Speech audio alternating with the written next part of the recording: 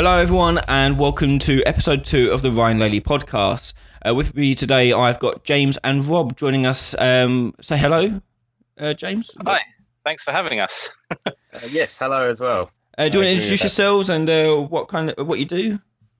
Hi, yeah, I'm James. I'm one of the two devs working on Drink More Glurp. We're co-founders of Catstrophic Overload, a little game dev studio based in Bristol. Yeah. I'm Rob Lenister. I'm a freelance game audio designer and sound effects, and I just work on any cool project that I can find. Excellent. So that's fun. Yeah. So, welcome to the podcast. This is a topical podcast where each week we discuss a new topic related to game development. This week we're talking about working in a team and working with others and the logistics of actually doing so.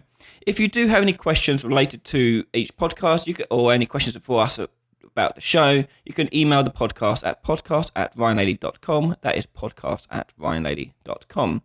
So, at the moment, it is coronavirus city, where everyone's in lockdown. So, what has been going on? What have you guys been up to this past week or so? I mean, for me, nothing's really changed from since all the lockdown. You know, I work from home as it is, and so it's just working on the game, carrying on, just no change. But what kind of stage would you say you're at now in the game's life cycle? We're coming to the end. With the we're making a local multiplayer party game, which is obviously the best time to be launching a game where you want to get all your mates together and everybody's social distancing. So what we're doing, we've pushed back our intended release date, and so it gives us a bit more time to work on it, a bit more polish, and we don't have to crunch as bad as we have been. But yeah, so it's just carrying on, really, just doing more events and more challenges within the game. Excellent. Rob, what about yourself? How have you been keeping busy?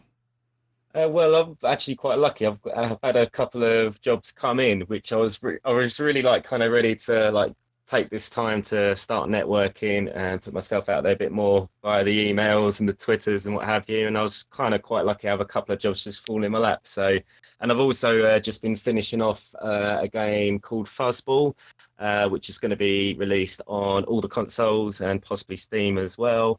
And that's all sounding very nice. But it's just back to Pro Tools, back to jamming and noodling and trying to describe things with sound, always trying to do that. So yeah, just it's because I work from home as well. It's really just business as usual. Excellent. Yeah, that's like this week for me is actually the Easter holidays. So for those who don't know, I'm a teacher in real life. So Easter holidays has been a week off for me in regards to teaching. But besides looking after 2 young children, I've been getting my game ready for release, and it actually released yesterday. So that's out. Thanks. Yeah, I downloaded it. Played it. I completed World 1. Hey, well done. Thank you. It's harder than it looks. It is, yeah. So my weekend, my release weekend has been so stressful. My body insides have been twisted and turned in stress because you're watching people play your game, and I can look at my server, I can see people logging in and things like that, and I'm like, oh my god, the things what was fun in the last week leading up to it was I had a game breaking bug right up, and I was like, oh shit, I don't know, what do I do? So I had to quickly fix it one morning, and it was this Monday morning, Sunday morning, whatever it is, and the days have blended together. Who knows anymore? And I'll tell you what the game breaking bug was, and it was the fact that iPhone and Android are case sensitive with their file names, so whereas Windows isn't. So the save data, it just didn't save your game, didn't save any of your data, didn't save nothing. So when I put a fix out, I fixed. In quote marks here, fixed the save data, and in doing so, I broke all the connections to the save file. So all your work you were doing in the game, no one could save their game. So I was like, shite. Okay, so I quickly fixed that, hoping I fixed it. I didn't have time to really test it thoroughly. because I had to push it out for review for Google and Apple. And because of the whole COVID-19, their review process is longer than normal. So I spent the whole week stressing whether or not I'll have to push the release date back and change all advertising of it and all that stuff. I'm like, oh no. But it passed verification on Google about 6 hours before its launch. And I was great. oh my God. And the whole day I was thinking, have people got the right version? I'm like, did I accidentally push out the old version, or have I put? I'm like, so I look. Well, I have a version, and my game has saved, and I'm playing it on my Android phone. So Excellent. That's a good sign. I mean, you get to World 2, so that is a good sign there. But yeah, so that's. You owe me for QA testing now, don't you? I think. Yeah. It was so stressful. And it's funny you should mention about the old case sensitive. I mean, it's loosely related, but Josh and I were struggling to do Mac builds from Windows the other day in Unity. We were like, what is going on? It's like, it's never had a problem, blah, blah, blah, blah, blah. Tracked it down. It turns out that we had named one of our events in the hierarchy too long. It just, but it builds on Mac, no problem. But Windows, nope. Can't have a long file name. Sorry about that. No, yeah, so something that we're coming to terms with. That's when you start inventing crazy abbreviations and shit like that. Yeah. We'll never find the event again. It's called something God knows not what. Yeah. It's something I have to consider because some of my file names they get quite descriptive. They're really quite complex chains of blips and bleeps, and I'll keep an eye on that. I'll think of my poor coding friends and it will happen. Yeah. I actually got a message from some people that I used to work with who were going through some files that I had made, and they were like, "Is this file yours?" And it was a map that I'd called like "stupid map" made with old bits of string and loose, like a really long, horrible file name. And they were like, "Yeah, this is definitely one of James's files." I think it happens to all professionals in I think every career, but we'll always start something with the best intentions of naming things properly and keeping things nice and organized. And it, like, the folder structure just then goes to tits up halfway through development. You're like, no, this ain't going to work. I've now got a version, blah, blah, blah. Or I've got a new project _5 and all that nonsense going on. I do my finest work when I'm unorganized. It's insane. Like, I was reading my code the other day and I'm like, there's no way in hell if I ever want to go back to this and fix it, this ain't happening. No, I don't know what's going on here. But, there's been no descriptive comments, none at all. Great commentary at the start of the project, but that all got overwritten pretty quickly. But yeah. So that's been my week. Just dealing with that, and now I'm just watching numbers and like a hawk, and the stress is too much. I'm gonna have to hit the wine in a minute and just. Has it been going okay? Has it been a good? I think launch? so. Yeah, it's hard to judge it really. It's hard without a barometer of what's successful and what's not. Right. I think I have to give it some time first and see what the trending data is going to be like before I can say yes or no. But hopefully it does well enough. It is free, so if everyone that's listening, please go ahead and download it. And if you want to give it 5 stars, please go ahead. It's great. But I say, if it does well enough, I do have seasonal plans of like really cool seasonal events that I want to try and do with new unlocks, new customizations, and new levels, traps, and all sorts of things. So fingers crossed it does well enough and I can actually do that stuff. If it doesn't, then it's abandoned ship and I have to go and work on something else to pass the time. But it's one of those things. I'll never stop making games regardless of success. I find it too enjoyable. Thankfully, my paycheck day to day doesn't have to rely on it. Thankfully, that's it. I mean, Josh and I have gone head first into this game dev game. Sorry, just all the savings on the line. Just seeing what we can do. Yeah, you're playing danger. We are, but we got to a point where we came. The project that we were working on together, which sort of ties neatly into the actual theme of the podcast. There is like working with teams and working with others. But we we were working with a startup making a social media platform app and various bits and bobs, and that out of that, Josh and I realized how well we worked together, and when the startup went belly up, we were like, oh, we're at a loose end now. What should we do with ourselves? And Josh convinced me to go in on making a game because it's a new area for me. It's completely brand new, and that's obviously daunting, but very exciting at the same time. Yeah, great. That was the appeal for me, just jumping into it, like not really knowing what's going to happen. It's such a weird, exciting industry, and it's kind of like you can just go anywhere you want. Really, it's like there's so many routes you can go down, and the kind of people you meet are usually like the kind of people that you end up working with like time and time again, and you forge these really good relationships, and it is amazing what you can get done with like the right people. But then similarly, it's very frustrating when you're working with certain people and the relationship isn't there, because you still got to put out a good product, or you got to put out a good bit of work, and very tricky, but very exciting. Yeah. Well, since as we're already approaching the subject, let's move on to the actual topic of the podcast, which is working with others.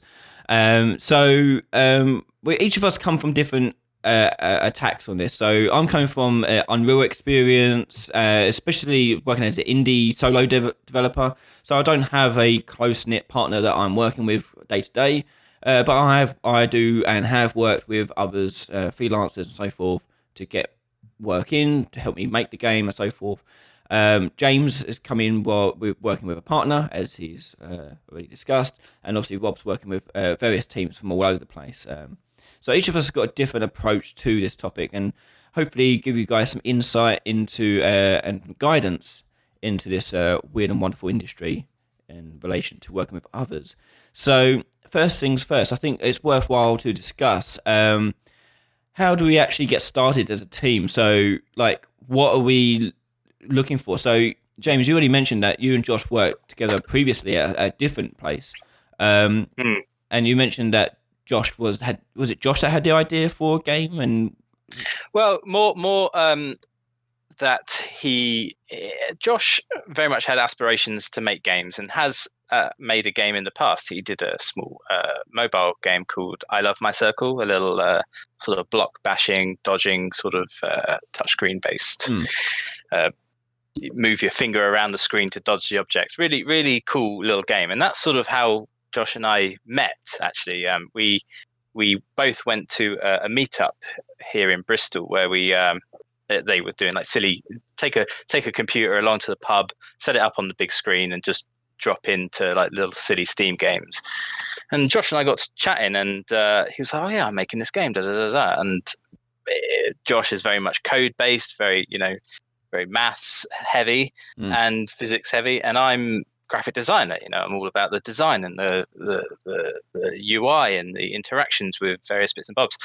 And so I was like, this is really good, but I think you need to do X, Y, Z. I think you need to do, it needs a better UI. You need to change your colors. You need to explain certain things. And so that's how Josh and I sort of met, really, is like actually discussing and helping to work on his game. And from there, obviously, he thought I did a good job, and he sort of introduced me to the startup that he was working at the time. They had like this little prototype of this conceal reveal mechanic, and they wanted to turn it into a social media platform. And I did all the branding and the UI UX, and Josh was the head iOS developer and all that. That was a big team. I mean, arguably a small team, because there was 2 developers, 1 graphic designer, making all of this stuff. But then they had a bunch of content teams and various. But what that did was put different skills together. So I can't code. I can't do maths. I don't do numbers. But Josh, he's really good at that. And comparably, it sounds like I'm blowing smoke up my own ass, but I'm good at the design stuff and can do the all of that, I can push color around and push pixels around. So, you know, Green together. Blurb does look very pretty. It is a very.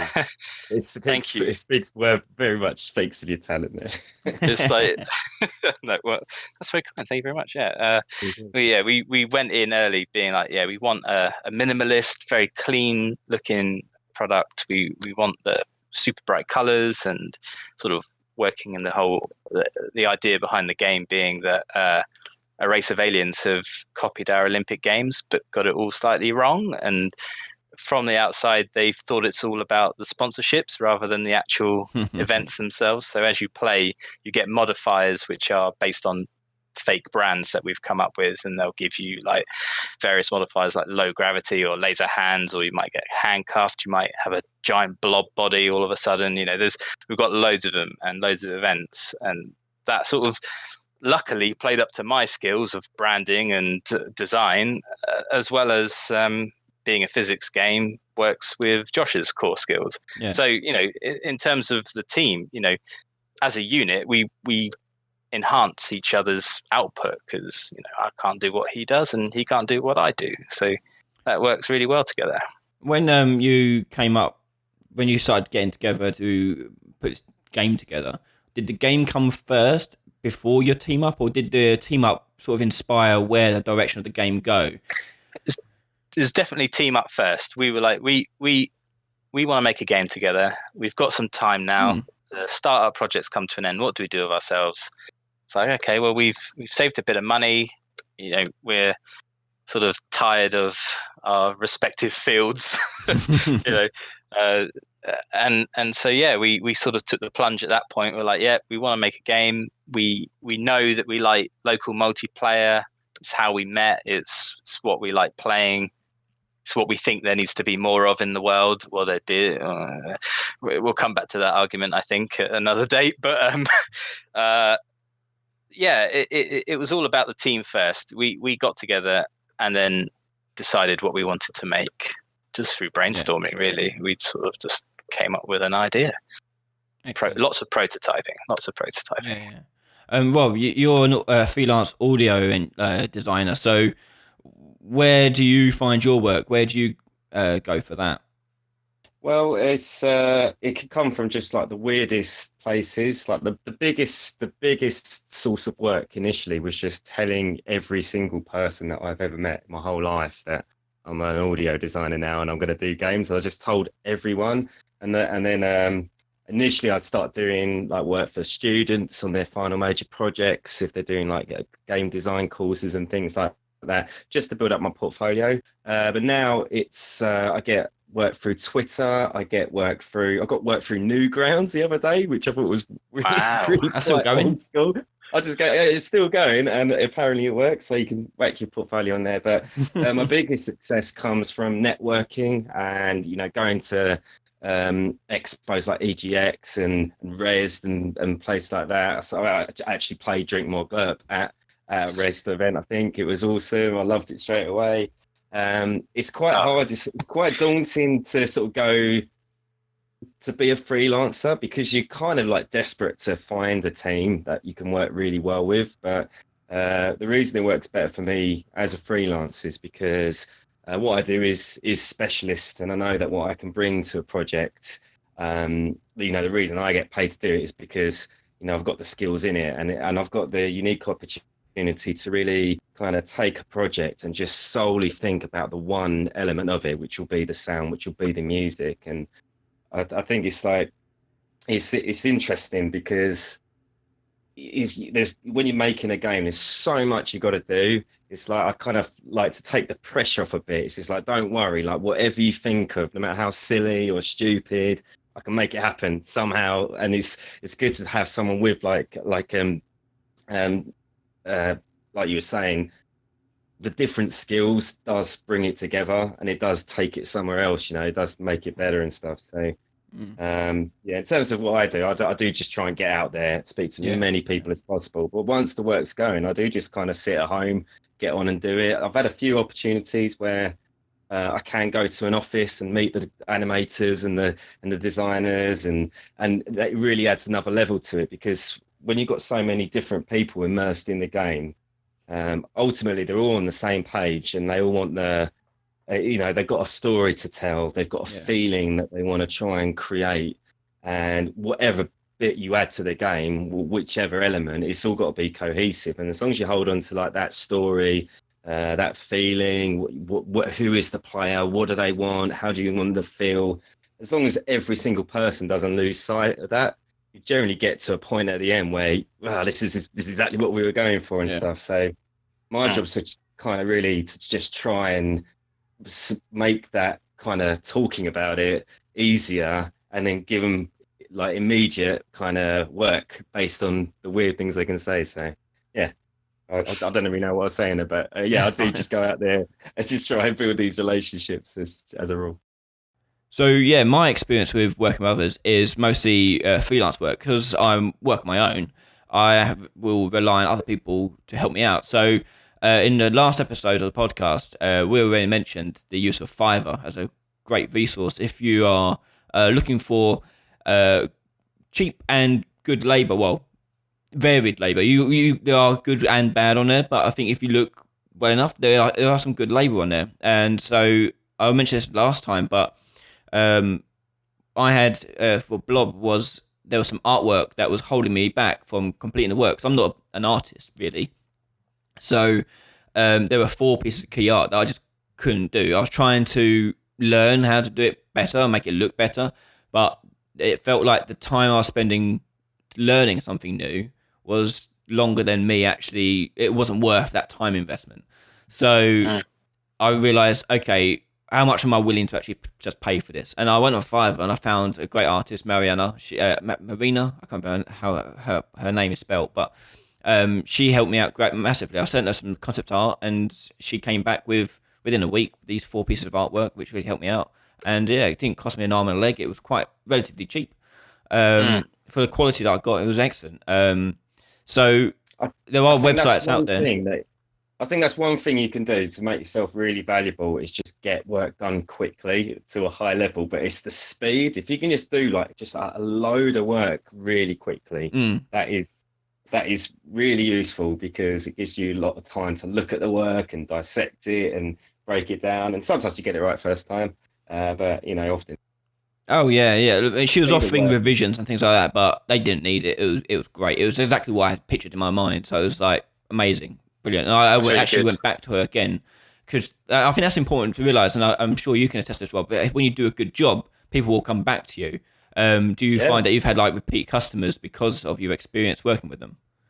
Well, they've talked about it, but I haven't had the phone call yet. But it's like normally it's like when we materialize this thing in the next 3 or 4 years, you're definitely on the list. It's like, I can wait 3 or 4 years. I'm not going anywhere. Just email them every month until then. Just like, just letting them, I'm still here. I'm still here. It's great exposure. It's great exposure. We'll sort it out. It's great exposure. I'm so beyond exposure now. It's like it comes a point in your career. It's like, I'm not doing this for exposure no more. And again, this is something I actually brought up last week as well in the last podcast. Was I think you have to be at a point where you have to value yourself and realize that exposure and free credit and a percentage of profits and things like that is not really worth it. If you value your time, then put a price on it. I think that's a good tip for all artists and music and otherwise. Put a price on yourself. Even if you feel like you can't charge that much, don't worry, just anything. Even if you are if you're working on your own, you're looking to expand a team or like outsource to someone, I would recommend looking for someone that might be like a little bit more money than you would normally go for, because it's like you will literally get like their heart poured into your project. It's like it's really hard to kind of convince a stranger. Like, I promise you, if you hire me, I'm going to give you this everything. It's going to be phenomenal. But it is tricky. But if they charge like X amount and you're like, oh, that seems, it's like they haven't just plucked that figure out the air. It's going to be, you're going to get like a solid, good bit of work. And if you're lucky enough for everything to fall into place, and then this other element pops that you don't really focus on, it's like that's why it's good to form those key teams around you. And it is a bit scary, but worst thing, we can always negotiate and stuff. So. Yeah, I think a lot of people, so all the freelance artists and musicians that are listening to this, that want to get into the game industry and working on projects and things like that, what advice would you give them, Rob, when it comes to, say, price themselves? I mean, I get it as well. I get people emailing me, oh, how much would it be for you to come along and program our game for us or program a certain thing for us? And I'll say to them, well, programmer's wage is about 60 grand a year, so 60 grand, and I'll work on it for a year for you.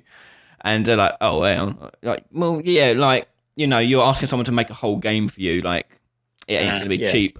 I mean, it's a really tricky thing. Like the best advice I got is like it's embarrassing, like putting a price on yourself sometimes. It's just like it's really weird. It's like I remember like the first bits of money I started getting in, it would be like, like 50 quid here or 100 quid there. So I just plugged that money out of nothing. It's amazing. It was like an amazing feeling. But then it's like I spent like 7 days. It's like 7 days. It's like it works out a very low minimum wage. So I think it's like, think about like if you're doing a day's work on it, how much would you want to be paid for that day and make it kind of viable? But if that's like, even if you feel like you're not going to get those prices starting out, at least just aim to raise your prices every single new project, even if it's just by a little bit. So you're on the right track. And then what you'll find is, as you do more work and you build your portfolio, you are just much better, and you deserve it at some point. You've got more skills than when you started doing it, like 4 or 5 years ago. And then it becomes less of then it becomes a point where like you're competing for the work, and you can compete because you're on like that level, and it just becomes a lot easier to charge like the bigger bucks. But obviously, it only works if you don't churn out a load of rubbish, which is going to annoy the person who's paying it. So make sure you're good. Just got to think about the value. It's the value proposition, isn't it? It's like you've got something, you can do something that they can't do. You can do it quicker than they'll ever be able to learn to do it, and to a much better quality than they'll ever be able to do it in the time that they've got available. So, you've got to think, okay, you're charging this much, but it means that they can go on to make loads more money from what you're doing. So it's the argument about, you can hire me for a year to build your game for 60 grand. But then if it's like, we're going to then sell the game for 40 quid and we've got like all of this amazing marketing behind it. And it's like, okay, so you're going to go and profit way much more than what I'm, charging for. So you've got to cover, say, okay, well, the value that I'm offering you is so much higher than what you're offering me. So it's a negotiation there for sure. Yeah, and I think that comes down to what's key is negotiation. When you're setting up a project and building a team together, there is always room for negotiation, and that happens at all levels, indie and AAA. Negotiations happen across the board. So I think you have to be flexible enough to be able to negotiate both up and down, depending on where you are on the table. I think be realistic as well, and also like there's a lot of other factors in picking someone to work with, and because can you have a beer with them? I think that's quite important. Can you give them a message or a call and say, I had a great idea, or I need this, and just like, because sometimes you get inspiration at like the weirdest times and stuff. And I've had it. Someone's like, I had a developer who lives in America. He's like this librarian guy, and he messaged me quite a lot. And it's like it comes at like the weirdest time because of the time difference, but. It is useful just to make sure that there is a working relationship there, and then once you're friends, or like as close to friends as you're going to be, then negotiation becomes a lot easier because you're just a bit more open and honest, and don't be just go for it. Rip the plaster off. Right, this is how much it costs. Let's do this. Let's make some magic, and then you either will or you won't. No, never mind. It's something that we've had to very much be like, because being a startup, there's 2 of us. It's our own. Well, there's no money in the project, so we've been working with 2 guys who have been doing music and sound for us. And it's like the rates there are negotiated based on the fact that this is their first project. This is our first commercial project. There's a mutual it's mutually beneficial for both of us to bring something to the table, even if we can't be offering the sort of money that a big studio is going to offer. But then the game's a lot smaller. The need is, we still want a quality product, and we've, for something really, really great, and they've really delivered. But they were students, so there's like negotiations there about student rates, and you're learning, and we're having to help you a lot, and so that's obviously going to factor into it. But think about what you can do afterwards. This is it's certainly helping us as well, not only for helping to make the music for the game, but in terms of the next people that we work with, be it them or someone else, learning how to communicate about music. It's something that Josh and I are really bad at. It works both ways as well. Like I've got a client who's helping me actually implement sound into the Unreal Engine, which is something I've never done. I'm not a coder or anything like that, but it's not as complicated as you think. It's like it's no different from like my Pro Tools. It's just like there's just a way of doing it in the game environment, and getting that kind of knowledge is something that's going to make me a lot more employable further down the line, and I can work with more different teams because there's just more skills. So always be learning and always look to add to the value as well. But after all, just look at what will the project offer you if you're looking into joining a project. What are you going to get out of it? Is it apart from just a paycheck? Are you learning some skill? Are you networking? Are you getting some valuable experience coming out of it as well? There's a lot more to value. Then it is far greater than just a monetary thing. It's it could be all sorts of things as well. Sure. Yeah. Okay, so let's move on to the more technical side of things then. So actual like logistics of working with other people. Now I know from my own experiences there are loads of ways to communicate, especially now with the internet age and so forth. It feels like there's a new app out every week with new communication tools and so forth. Zoom is totally taken off because of video conferencing stuff because of COVID-19. Before now, I've never even heard of Zoom. I didn't know it was a thing until everyone started using it. I was like, oh, okay. So I'm a COVID Zoomer as well. For sure. Yeah. Like, okay, sure. So there are loads of these tools available to you, and so the logistics of working together, I think communication-wise, isn't such a big deal. It isn't just emails nowadays. You can do a lot of live chats, a lot of video chats, and especially now this whole lockdown has happened, it's definitely opened up. I feel a lot of companies up to the prospect of people working from home and being able to work distantly and help them communicate working together and contribute to a project or a work environment without actually being there. And as we approach that, I feel like that's going towards like nearly like where we're going in the future, where people are more likely to be working from home, and especially in the creative sector where we've got games being made. What do you think? Do you think you'll see after all this a growth in people working distantly? Distantly, that's not even a word. At a distance during projects like this. I know I'm only aware of one game studio that done the whole game distance, and that was Moon Studios, the people who made Ori and the Blind Forest and Will of the Wisps. Their whole team was scattered across the whole entire world, which does have its own downsides, which Rob mentioned a minute ago about working with someone in a different time zone. It can get a bit tricky because you obviously don't know what time they're awake and alert to what's going on. So, what do you guys think? Do you think you'll see an increase in people making like games and things like that at distance? I think the few people that I've spoken to about this, I feel like there will be a bit of an uptick where people realize just how efficient and effective they can be working at a distance, at home, on their own, in their own office. But I think you'll also get the camp that are also like, I need to be around other people. I can't be sat alone, or just don't necessarily have the setup at home.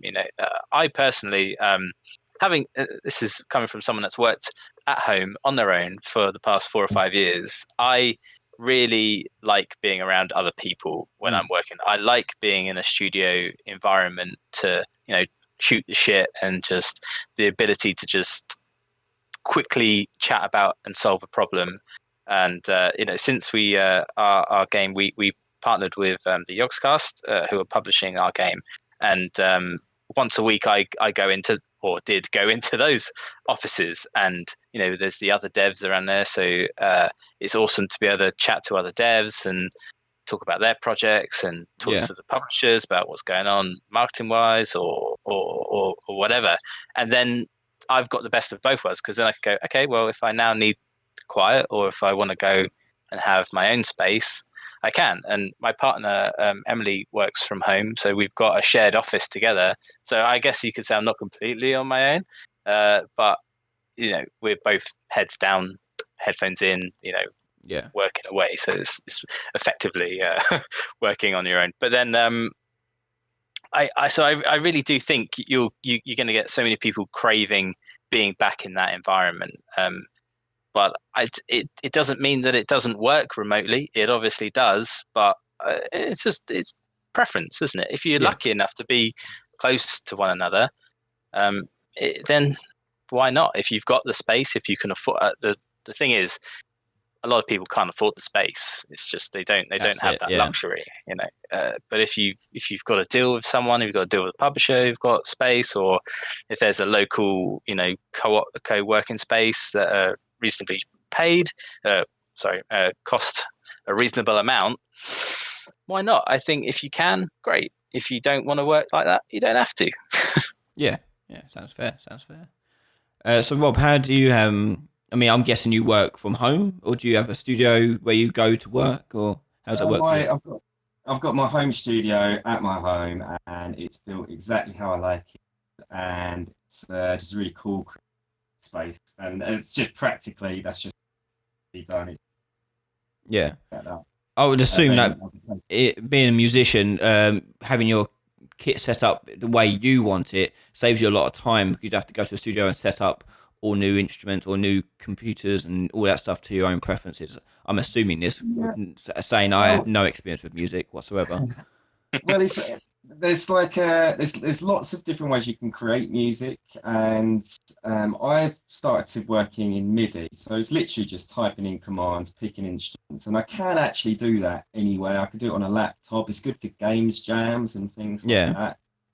So I can actually kind of set up and join an environment, and it's good to be in that environment, because when you're sketching out an idea on a whiteboard or something and everyone's talking about it, you can sketch with sound as well, and being in that environment. But I've got it. Or I could just have a microphone plugged in and just you'll often see me like walking down the road just like humming into my phone and making weird anyway. But to be in that environment with other people, it just helps. It just gets to the idea. I think like it'd be nice if people thought about sort of sound and music a bit earlier on in the development of stages of an idea, because you don't know what kind of flash of inspiration set off. It could really kind of change. Like kind of the most extreme example would be like if it actually changed gameplay or something like that, rather than describing it's already there.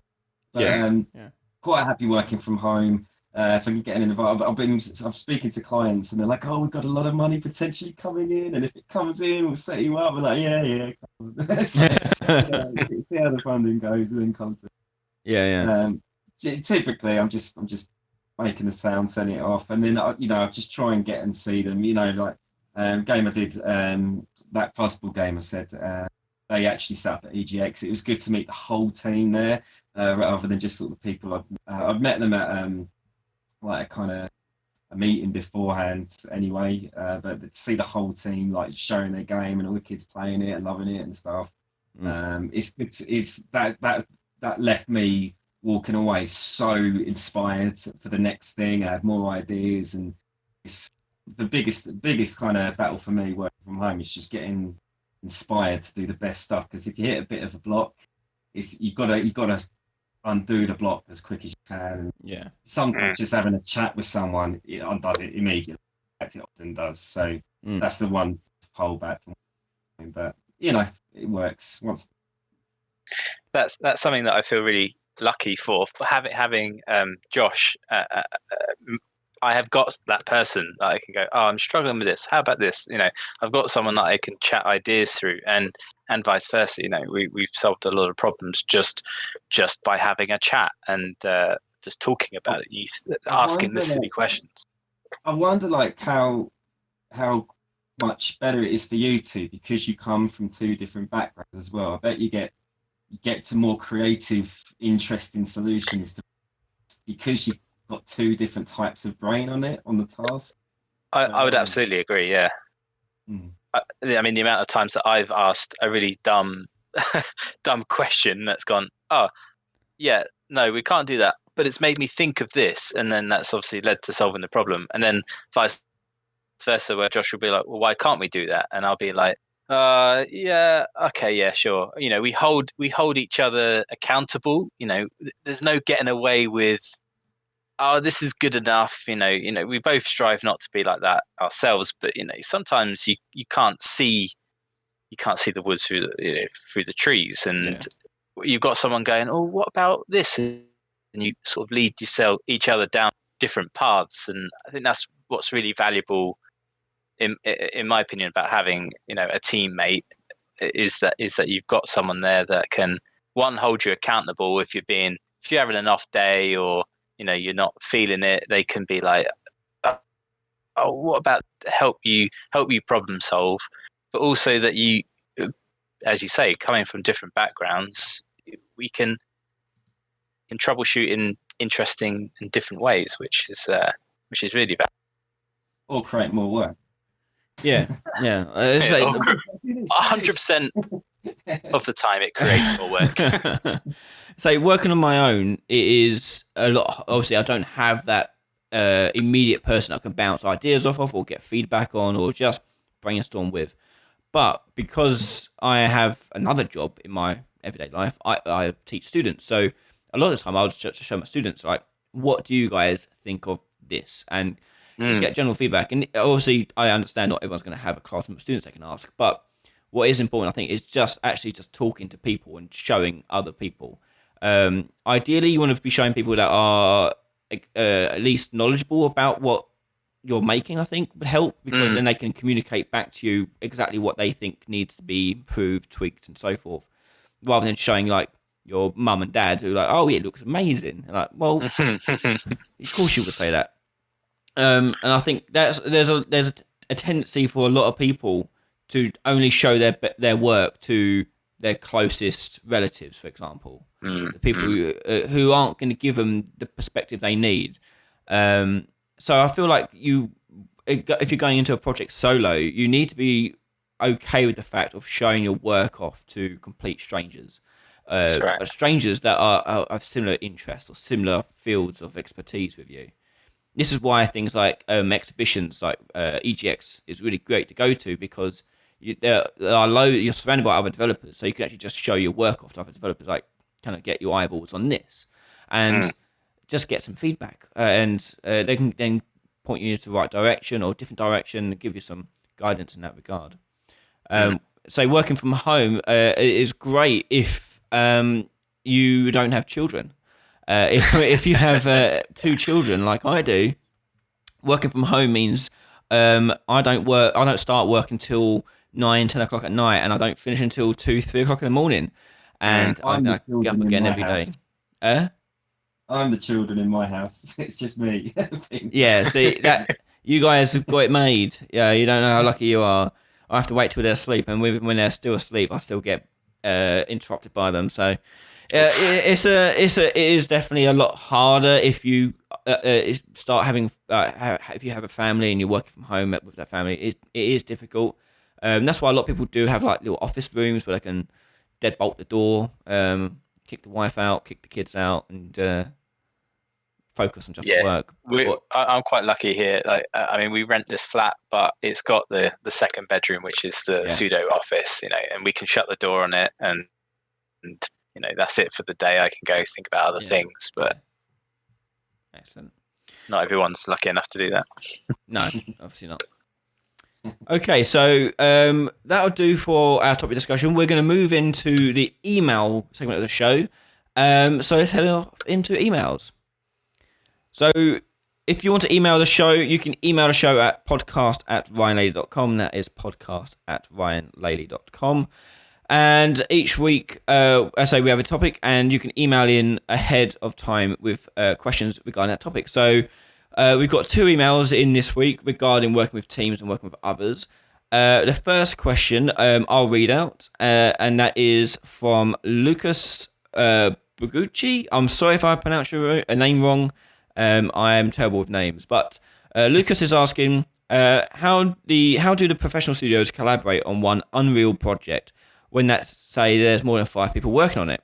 Are there special plugins for it, or is the file located on some cloud server? Also, if you could elaborate on that instead of just answering the question, it would be super cool. Thanks a lot.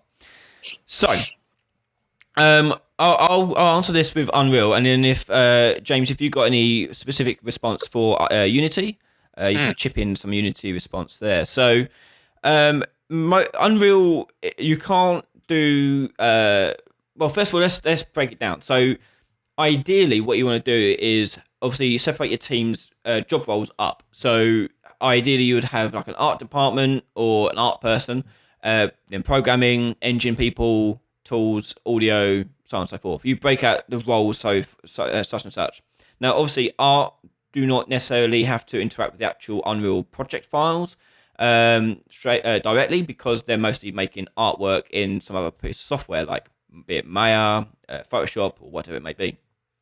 So, first of all, you want to separate your roles out as evenly as you can, if you can. Not all teams, especially when they're smaller, can do that, because you're usually wearing many hats. So, for example, a person may be doing art and programming. So, the separation of role becomes a lot trickier. So, the first tip, if you can, split up the roles of the job load. So, you want as few people as touching your Unreal project file as possible. Next, you want to really invest your time and energy in setting up a GitHub. If you do not know what a GitHub is, it's basically an online repository where you can upload your project files, and then when someone's working on it, they can download what we call a branch of it, which is basically a copy. And they work in that copy, and then can upload that copy or that branch to the GitHub repository. It isn't overwriting the old one, it sits alongside it. And in there, they usually write up what they did, what changes they made, and so forth. And that's usually reviewed, and then it'll be voted on and agreed to be merged in with a larger repository. And that's usually done by the lead. So in a big studio, what you typically have is you have, let's say, the level designers. The level designers have downloaded the Unreal project and taken the block out and started putting level artwork and level design stuff in. And they've done that branch and uploaded it. Now, in weekly meetings, it could be weekly, daily, whatever it may be, but in the regular meetings where the leads of those departments get together, they'll review each branch, give feedback, give notes, which they can do on Git as well. And if it's okay, then they'll merge it into or keep that as the main branch or whatever it may be. And that's typically the setup of how big studios will work. Smaller studios, they can maybe get away with just having just one person access the Unreal project, and other people work on individual files or separate projects, and they copy stuff over if they want. That's totally fine as well. But GitHub is really useful, and it is free. It doesn't cost anything. You can just access it, and it is probably the most used thing. And it's built directly into Unreal, so you can set up your GitHub with inside Unreal, so that when you save and back up, it will upload to the server and be stored there.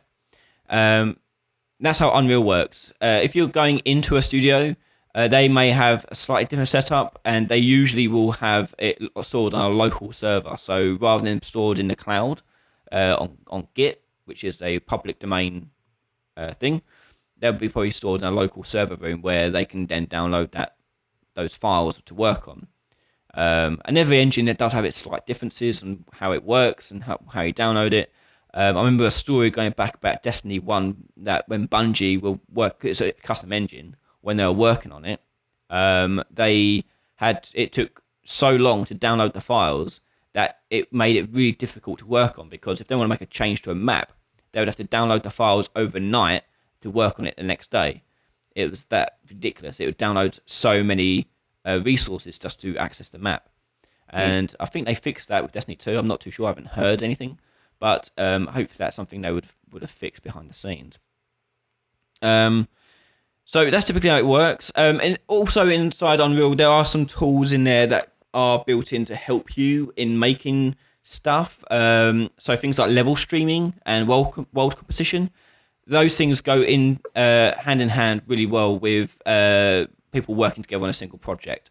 So I've got a video out soon called Level Streaming, where I'll talk about how to set up level streaming, and it gives you the ability to not just to set up level streaming in a sense of gameplay, but also shows you how multiple level designers can work on a single level. So you give each person you delegate different roles. So one person maybe set up with they're going to do the walls and the floors. Another person's going to do the ceiling and scenery. The other person's going to do the doodads, the small props around the level, and so on and so forth. And they're like layers in Photoshop. So each person's working on a different layer. So they don't touch each other's layers. And so when you bring them in, they don't overwrite each other. They don't clash or anything like that. And they shouldn't clash because everyone's following a consistent naming convention and order file organization.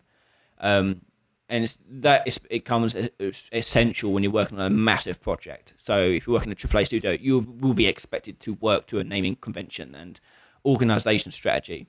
As failure in that area will see projects get confusing, lost, and just broken messes. Have you got anything to add with Unity? How does Unity? How do you guys work? Because I know you guys separate the roles, but do you share access to the Unity files?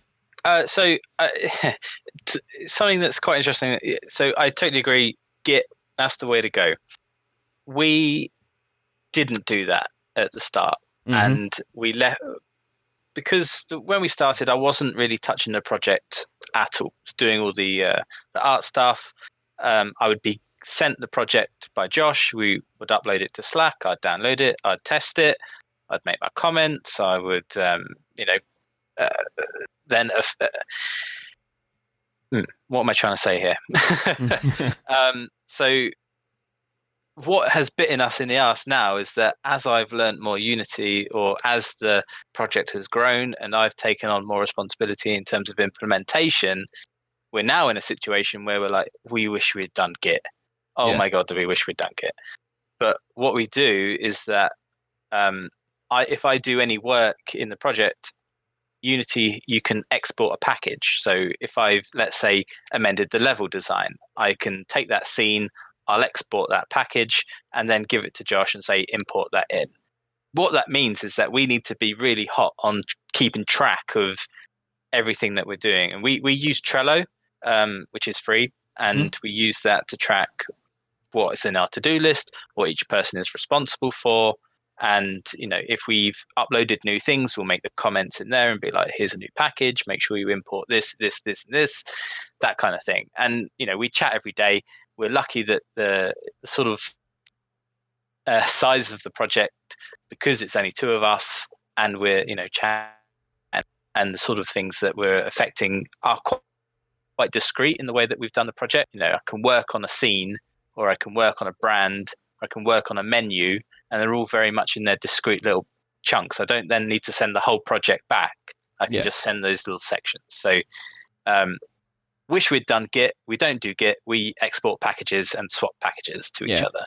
Which naturally will make things longer because you're constantly having to do that. Absolutely.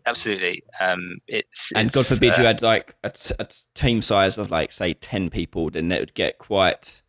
It wouldn't work at all if that was the case. Rob, when you're working on audio for a game, how do you transfer files over to people? How do you package that all up? It's different for pretty much every single client I've had.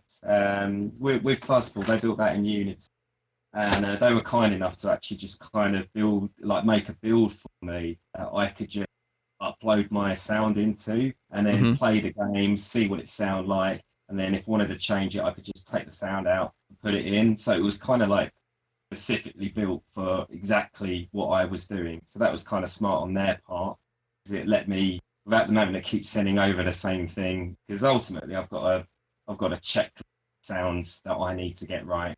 Yeah. And there's a lot of trial and error, but this let me do a lot of trialing myself. And then but often it's like, from my point of view, it's a lot of it is just, it's all about that initial conversation, just trying to work out exactly what you need, and then I can do it. Then it really just becomes down to me just kind of play test it. I always just get them to send me a build that I can play, and I'll sit and play it till it really feels right. And bearing in mind, I am just literally listening to the quality of the and how it feels, and just that, and like just nothing else. I don't have to worry about how it looks or anything really, because there's not really much I can do about it. Other than But other than that, it's just a case of me being organised. I am learning the Unreal Engine as well, just the game audio implementer. I'm actually reading a really good book actually called Game Audio Implementation. Yeah. And just specifically just about sound in the Unreal. If you're an aspiring audio designer, I'd definitely read it, because they give you like that you try it out as well. They give you like little demo game around with all the files, and like, that's cool. Oh, that's really good. But yeah, I'm like, I'm not really. I just got to do my bit, and then like. Well, thank you guys, and thank you, Lucas, for the question. And next question is Dusty Memes. And James, would you mind reading out these 3 questions from Dusty Memes? Sure. How would you make a team and find the people you want to work with? Read them all out. Yeah, go on. Read them all out. We'll cut that out. Is it always better to be in a team than working solo? And what are the pros and cons of working with a team and vice versa with working solo? So, Rob, do you want to tackle the first question? So how you find people you want to work with? Well, I think like with me, it's just literally just I will probably work with anyone pretty much. But it's really hard just like finding that initial work. Like my job is literally to make a project sound better. I will always put in like my best work into a game, regardless of like what the game is, even, because that's what I'm about. But in terms of when I get a bit more established, I reckon I will be approaching studios and be like, I'm loving what you're doing, and then just going out and speaking to them and networking and just trying to make those connections. And it's really, I think it's really just about immersing yourself in as many different situations where you can be people at all levels in the industry, whatever they're doing, in whatever studios, if they're working. If you're looking, I mean, I can reverse it. If you're a developer and you're looking for, if you just look and do the hashtag VGM, which is video game music, you'll find hundreds of amazing composers that are like looking for their first game, and or just anything. They are just looking for the opportunity to prove themselves. Amazing music project. Yeah, so I think it's like, do your homework, go out there, look for it, and also, you know, like, do you like the music in the game, or do you like the art style in a certain game? Just ask them, find out what they cost, and like, you know, they can only say no, or they might say yes, or whatever. You know, I think there's no harm in just completely just going and asking people directly. Yeah, and I think that does come to, like, you do need a bit of balls and self-confidence, I think, in the fact that you have to just put yourself out there a lot more. Yeah, but you know, if you do it 100 times, ask someone. It's a lot easier the next. So the first time it's like, oh God, what if they say no, or what if they love me? Yeah. It definitely feels like, I mean, I know this from experience as well, is that it does feel like you're begging almost, and like you envision that you're on the street, like, please give me some work, or get me involved. I remember my first expo I went to, and I was like, right, I'm going to go to this expo, I'm going to smash it, I'm going to speak to everyone, I'm going to be Mr. Networking. And like, the first day, I was just so nervous. I didn't speak to anyone. I was like, go and get a photo with the giant man in the Mario costume. And I couldn't even do that. I was just like, right, just get the photo with Mario, and then I got the photo with Mario. I was like, right, that's the first bit of networking. and then it just got easier after that. But it's weird. It's a weird thing. But Yeah. just don't be afraid to just ask someone. And like ask. If you don't think you'll be able to afford someone, or you think they'll say no, you don't actually know until you ask. And you'll always be surprised sometimes by, I always say, you'll always be surprised sometimes. Sometimes you'll be surprised, and like, you at the very least, you get a good bit of advice, or they might know someone else who'd be perfect for your project and stuff. Yeah. So just go and ask who you want to ask and who you like the look of. And start being in the industry. And I think you hit something there about exhibitions and things like that. If you are looking to get into an industry or finding a team to work with, go to things like exhibitions around wherever you are, big and small. And we all three of us are from the UK, and we all have been to EGX Rezzed, and EGX Rezzed, if you don't know what it is, it's sort of like it is a game exhibition, but it is a sort of smaller, more intimate event where it's more indie focused deal, where there's a lot of emphasis on networking. So there'll be situations set up where you can go to a room and network with people, share ideas, go to talks, talk to other developers, and you feel like you're dealing more with developers than you are with marketing people. So go to these events around the world and just talk to developers, big and small. Even the big developers, so if you see in a game from, I don't know, Rockstar, for example, and you see some developers there, just go talk to them. They're just human beings. They are struggling day to day with the same issues that you are, about being nervous talking to people, about being confident with their own work, and all this other stuff, but they're doing it at a much higher level. That's all. But they're still there. They're more than happy to chat to you most of the time, because we're all at these events with the same goal, that we want to network and talk to each other and talk to other developers and get some insight and learn from other people. We always want to learn stuff. As well as the exhibitions, I would strongly recommend doing game jams. The amount of people I know who start up studios from doing a game jam is unbelievable. Did you guys, especially James, have you ever done any game jams before and got? I haven't. No, Josh has. Josh has done a couple of game jams.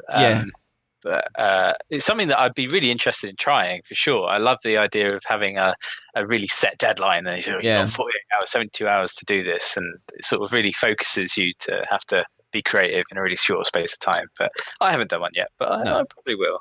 Well, to reiterate for people who may not know what a game jam is typically a 48-hour event.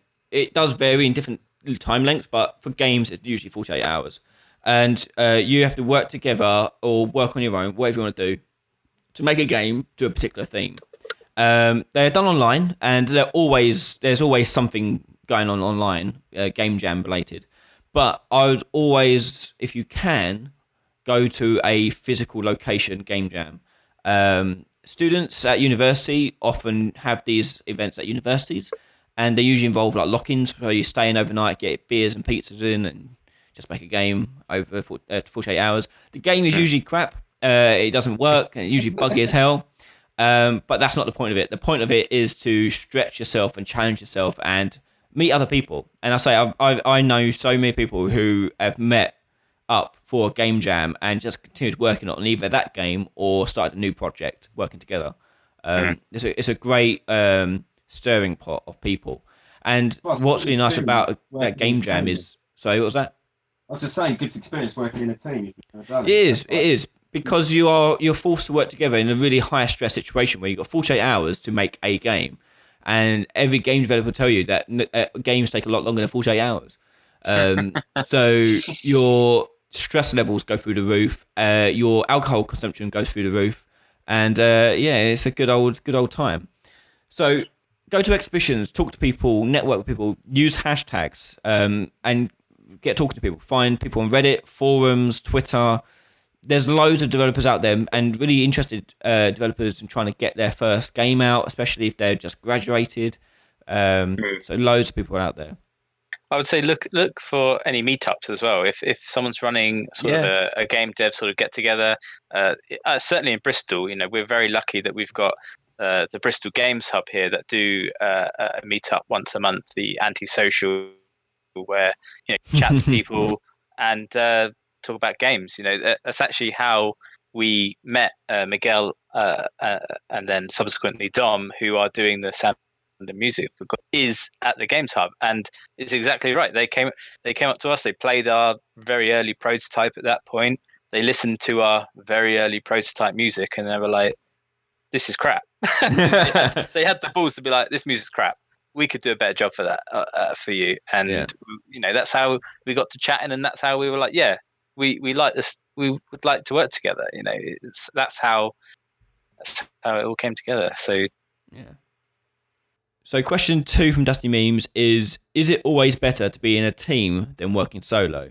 So I'll tackle this one first of all, and that is, it depends really. It depends on the project you're working on and depends on your circumstances. There's going to be pros and cons to each. So for solo dev work, the pros of that is that you are your own boss, you are your own responsibility, which means that the buck stops with you. You don't have to argue your point anymore with anyone because you are the only person arguing. If you are arguing with yourself, then you've got much more further issues than just game dev stuff. So the downside to that means though that you haven't got another shoulder to rely on, and you've only got one skill set to rely on as well. So you will find yourself branching out a lot more for more freelance work or trying to get feedback from other people. It is a lot harder in that sense, and also from a motivation standpoint as well. I can definitely attest to the point of like, because you're working solo, you haven't got another person pushing you to be the best you can. So there'll be lazy days where you're thinking, I'm not going to do any work today. Let's just play World of Warcraft instead. And that is definitely a bad habit that happens when you're working solo. But I feel like, and James, you could probably elaborate on this more, but if you're working as a team, you probably find yourself feel like you're being pushed more, but because the other person is making contributions as well, and you don't want to let them down and so forth. Oh, absolutely. There's a very big sense of guilt when you want to have a day off and the other person's working like a 12-hour day trying to crunch a bunch of code or vice versa. So, but I mean, to answer the question, it's really hard to answer. Is it better to work in a team? I mean, if you can do everything that you need to do to make the product, then and you've got a very clear vision, great. I think personally, working in a team benefits me. I mean, in that I don't know any programming or code, but I'm actually learning some via my teammate. But it means that we can do a project quicker in one sense, in that I don't have to learn a new skill, but also that we can apply various strengths. We've got a focused team in their both in their little camps. So. And as you say, it's sort of moral support. And I think sometimes when you're making a game, it's nice to have moral support because it's really tough. It's really hard. But don't do anything that's if it's worth doing, it's going to be difficult. I don't know. I think there's a saying there somewhere. Rob, what about yourself? I mean, obviously you're working solo most of the time, aren't you? So how are you finding that? Do you find that as a preference thing, or do you feel like you would be interested in trying to get more team-based audio work done? I'm used to being in bands a lot, and the problem with being in a band is that you've got to please a lot of different people, and it's kind of quite liberating becoming a sort of a game audio man, because it was just me on my own, and then it was me just trusting my instincts and what I think's good. And I think another good thing about working on your own is if you don't know how to do something, then you immediately know that's something you can learn. Not being able to rely on someone else means that if you want it, you've got to do it. You've got to work out how to do it. And it can kind of set goals for you from working on your own. So always something you can be doing to learn. And if you've got a teammate who could just do it for you, be like, oh, do you know what? I'll let my but if you're working on your own, you might just do maybe learn something you new. definitely improve your skill set. I find. Ever since I for example, started the YouTube channel, I've become more proficient at video editing, audio editing, and all these other media forms apart from game development, and even just doing tutorials in Unreal. It's taught me so much more about Unreal, and I've learned so much more doing these videos because even like. And I guess they're not my team, but the audience that I make the videos for, they'll ask questions and I don't know the answer to. So it forces me to go have a look for the answer. And one of my skill sets as a educator, as a teacher, is that I can pick up things really quickly. I can look at something, figure out how it works, and start working on it. So I'll do that sort of the part of the journey, and then I'll regurgitate that and retranslate that into something maybe that the student will better understand. So so back to the question, it totally depends on everything, really. It's not a great answer, is it? There are so many factors that go into it, but it's definitely a personal preference and also a preference based on the product that you're making. I think also as well, is the job getting done? It's like, if you can't do it on your own and you need to call someone else, then maybe it's team time. Yeah, exactly. As long as the job's getting done, that's perfect. Yeah, that's it, really. And Dusty Meme's final question is, what are the pros and cons of working with a team and vice versa with cyclists? So we kind of went through that. Say there are many pros and cons working with a team. With a team, depending on the size of the team, let's hypothetically say a AAA studio, so working with hundreds of people, all in one building. Let's say, for sake of argument, you're usually working in departments, and it's weird that in a big studio, because you are departmentalized, you will find that the work you're doing is very disconnected from the rest of the project. So unlike indie development, where you're working 2-3 people or up to 5-10 people, all of you kind of had hands inside the stewing pot. You all know what's going in it. You know what it looks like. You know what it tastes like. You know what's going to come out at the end. Whereas in a big studio, you may be one person maybe off to the side making the concept art. They're making the concept art and not even thinking about, okay, I'm sure the programming of this character is going to be just fine. I'll leave that to the programmers. They'll figure that out. It is very departmentalized in that fact because the team is so large. You can't have everyone shouting at the same time or everyone touching the stew. So to carry on the metaphor, it will just ruin it. So you do need that sort of segregation. And that's where you usually find in big studios, that's when your leads will get involved. And the leads will then be the ones that will mix in and communicate and then go back to their teams and with their new tasks, new updates and things like that. So in a team sense, it depends on the size, different pros and cons apply. And one thing to know, when you're working with a team of people, it is obviously ideal that everyone gets on. There will be times where you don't get on with everyone. And you don't get on with the product or the project, you don't agree with the decision that's being made and so forth. And based on your position, so let's just say you're a regular old artist, musician, whatever part of the project, it kind of weird way to say it, but your opinion doesn't matter too much in a big studio. Whereas if it's indie, obviously, I'm assuming Josh takes a lot of interest in what you are saying regarding Glurp, James, about where it's going and so forth.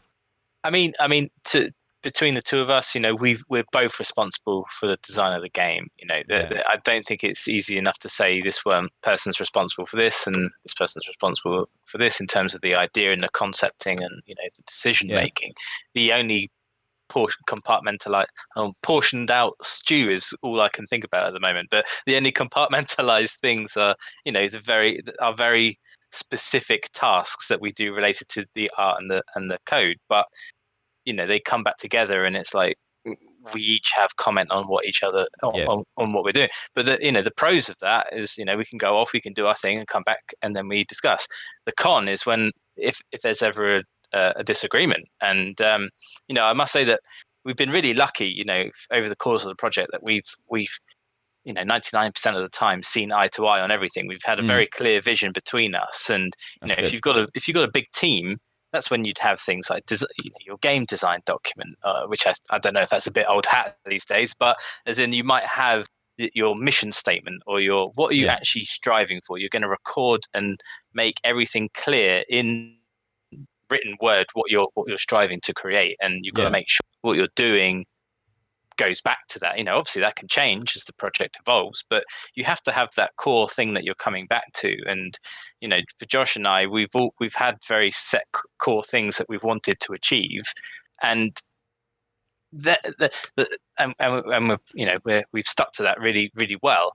The flip side of it is also from a business sense. It's like if you want to do something, you want to add a new feature or whatever, it's like, does that make sense in a business for the business, the business side of things? I think it's easy to forget that the game dev, it is a business. It is a business side.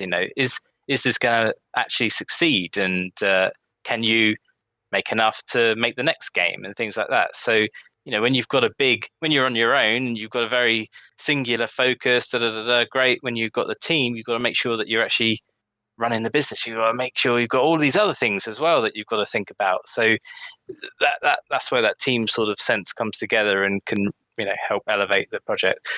I've gone on a massive ramble there.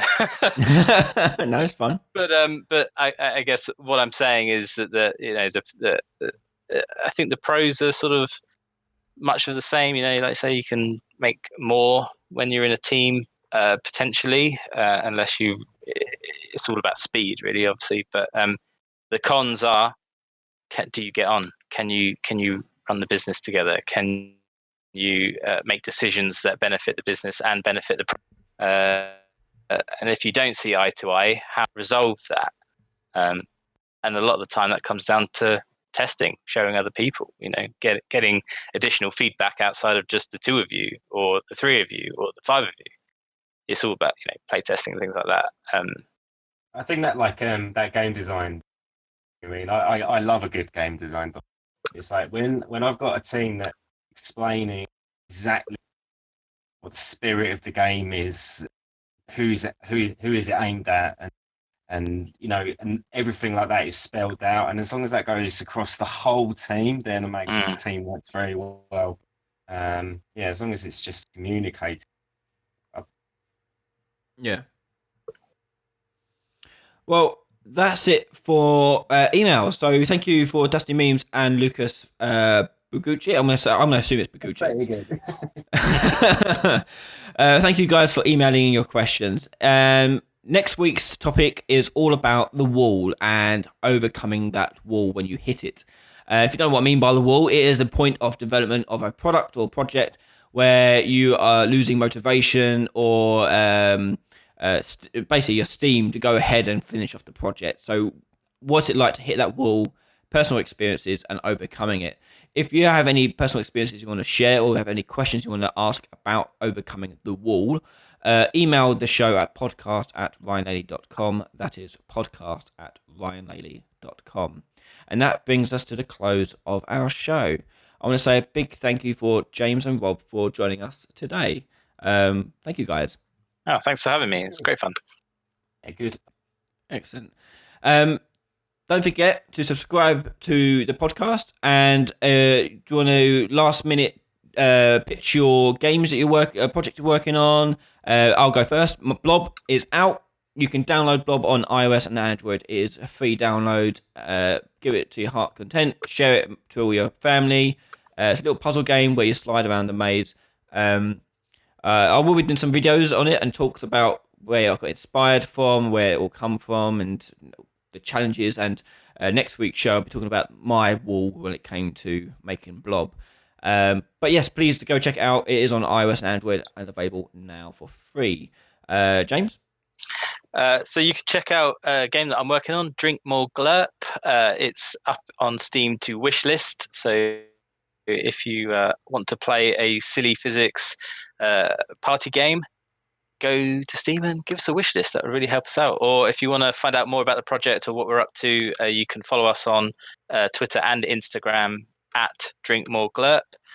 And yeah, it's a fun game. Go play when it's out. And Bob? Yeah, so I've just finished doing the sound Fuzzball.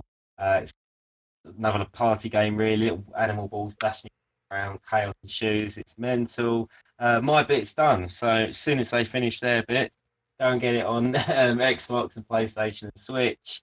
And if you want to hear my music, give my YouTube channel a follow. youtube.com/wob. Excellent. Thank you everyone for listening, and that would do it from us. So bye from me, and I'll see you all next week.